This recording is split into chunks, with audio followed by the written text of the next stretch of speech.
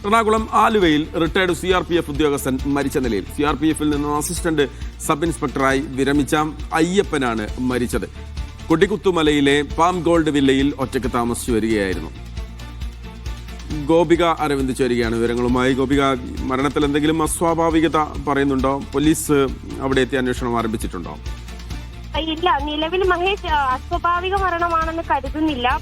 സ്വാഭാവിക മരണമാണെന്നാണ്. കാരണം ഇയാൾക്ക് ചെറിയ ആരോഗ്യ പ്രശ്നങ്ങൾ ഉണ്ടെന്നാണ് ഇപ്പോൾ പ്രാഥമികമായി പോലീസിന്റെ നിഗമനം. എന്തായാലും ഇയാൾ പ്രായാധിക്യം കൂടിയുണ്ട്. കൂടാതെ തന്നെ ഇയാൾ കുറച്ചു കാലമായി ഒറ്റയ്ക്കാണ് താമസിക്കുന്നത്. ഈ വില്ലയിൽ അധികം ആരും ബന്ധുക്കളോ ആരും തന്നെ ഇല്ല.